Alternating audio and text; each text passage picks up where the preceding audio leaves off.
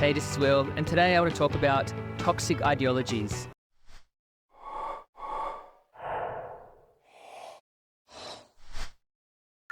An ideology is a system of beliefs and values and ideas that really shape the human mind, and it drives exactly how you feel, your attitude, your behavior, and the way you perceive the world around you. Any ideologies, when taken to the extreme, can be considered toxic. And today, I want to focus on a particular ideology, when taken to the extreme, can be very toxic, and that is feminism. So let's dive into this topic with an open mind as we navigate this intricate subject. This video is not going to dive too much into ideologies. Leo Gura from Actualize.org does a fantastic job, so if you're someone who's very ideological, or you have a spouse who's very ideological, I highly recommend you watching this video here. Before I dive into it, I'm aware that feminism is a very wide, broad ideology. So today, when I say feminist, I'm going to be referring to more the radical, extreme side of feminism. I support the values of feminism, and I think they've done a fantastic job with the liberation of women. But I'm more talking about the radical feminist when you make it a core identity, and then off the back of that, you invoke a lot of fear, and you like to project out a lot of fear. And I want to dive into that a little bit more. So a lot of these feminists, they have this fear of toxic masculine men. I understand why you would feel that way, but reality is, this world needs a balance of masculine and feminine energy. Too much of either energy can be dysfunctional. For example, too much masculine energy, you tend to be a little bit selfish.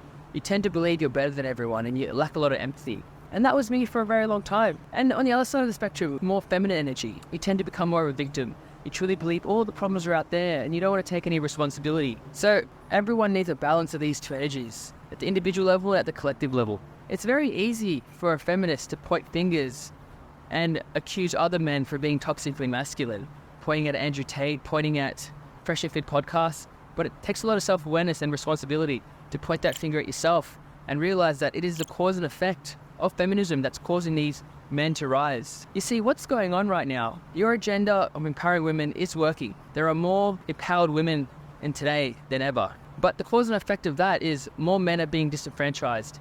And it is only the women who only want to date men who are more capable than them. Once a woman dates a guy with 6 figures, the minimum requirement for the next guy is 6 figures, or 6 foot, or 6 inches, whatever that criteria is for you. And you see, this is when the gap starts to happen in the society, where the men at the very top of the food chain, these top 5% of men, are now getting all the action, where the other 95% of men are not getting any action, or finding it very hard to meet someone. And look, no one wants to take responsibility, so these men, they're going to point at the feminists and say, yeah, it's the feminists that's making all this happen. And then off the back of that, they'll create all these other ideology groups like red pill, black pill, incels.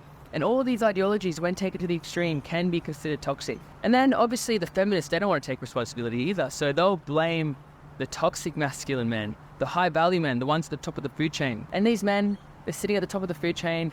They're just with their multiple wives, with their cars, with their nice house. And they're like, fuck society, they're all haters. They're just all jealous of me. But you know it's true. And if we don't do something about it collectively, this is exactly what's going to happen. And look, I know it's very easy to judge these men, these toxic males at the top of the food chain. However, you have to understand that everyone has a self-agenda. And when these men get too many options, the normal response to all that is, I want multiple wives, I don't want no girl with high body count. You must realize that these same men, because they've worked so hard for their status, they will rationalize it with themselves because it serves their self-agenda. It serves their ego. So I truly believe that there is a higher power. Call this God, call this the universe. He's watching over us. She's watching over us. And she notices that there is too much feminine energy casting this nation. And she looks around and says, who can I nominate to champion this movement, to bring back some masculine energy? And she points at Andrew Tate. You see, this world needs some balance. When there's too much feminine energy, we need to have yin and yang. There needs to be harmony.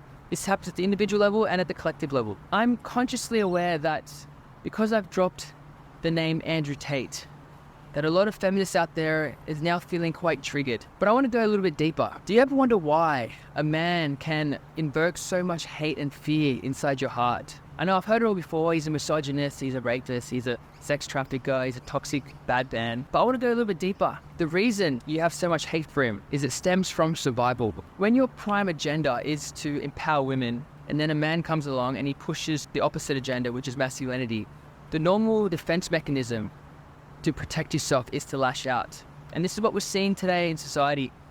There's like a big divide between men and women.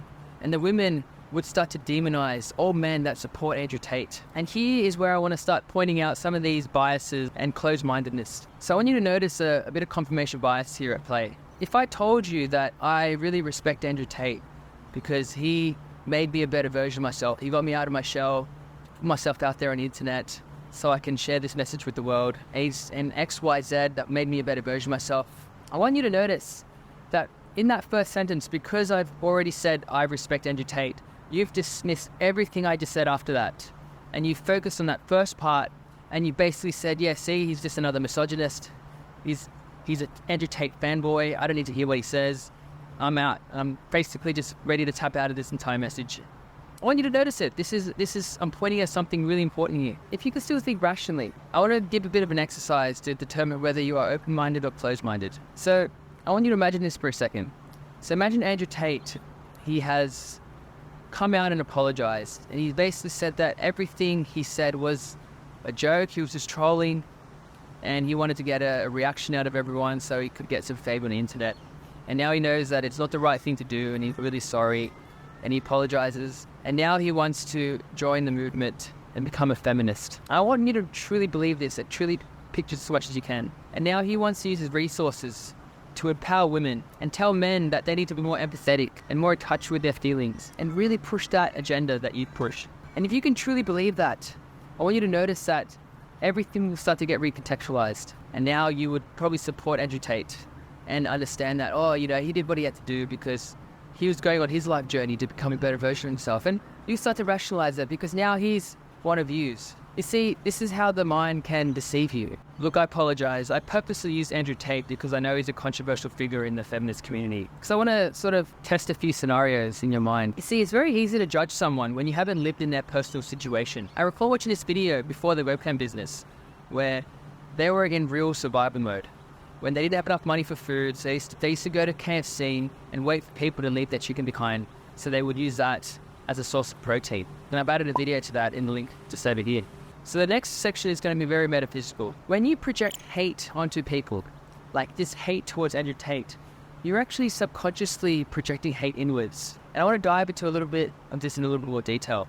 Us humans, we're actually all the same. We've just had different life experiences. See, the same life force that exists inside of me and the same life force that exists inside of you is the same life force that exists inside of Andrew Tate. And the mind can't comprehend that because it's something that you couldn't do yourself. You can't comprehend that someone else could be doing these things. And this is what creates the divide between humans. And look, I've dived into this a little bit more detail in my video about judgments, and you can watch that right here.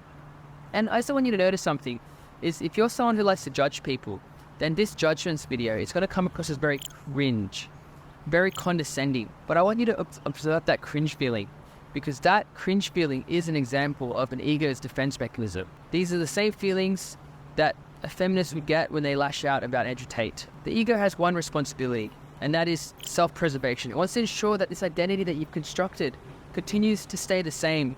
And it does this by latching onto these identities. So whenever someone comes and challenges these identities, your ego will manifest itself in all sorts of ways like cringe and anger and lash out. But the truth is, that's basically your body trying to tell you that there's some deep inner growth that you need to fix inside. It's someone who should not be able to trigger you so much. And look, this all comes down to self-reflecting and going inwards. I used to be someone who judged people all the time. It was only the last few months when I've gone inwards and I started to reflect and deconstruct my mind and understanding why I was judging these people. Because there's a part of me that I didn't like. You see, there's no separation between all of us. We're the same person. We've just had different life experiences. So if it's something that I can't do, then I'll project that onto them. It takes a lot of self-awareness to pick up this in yourself. You see, what's happening in reality is this is everything in reality. And then this is the part of reality that we like. This is the part of reality that we don't like.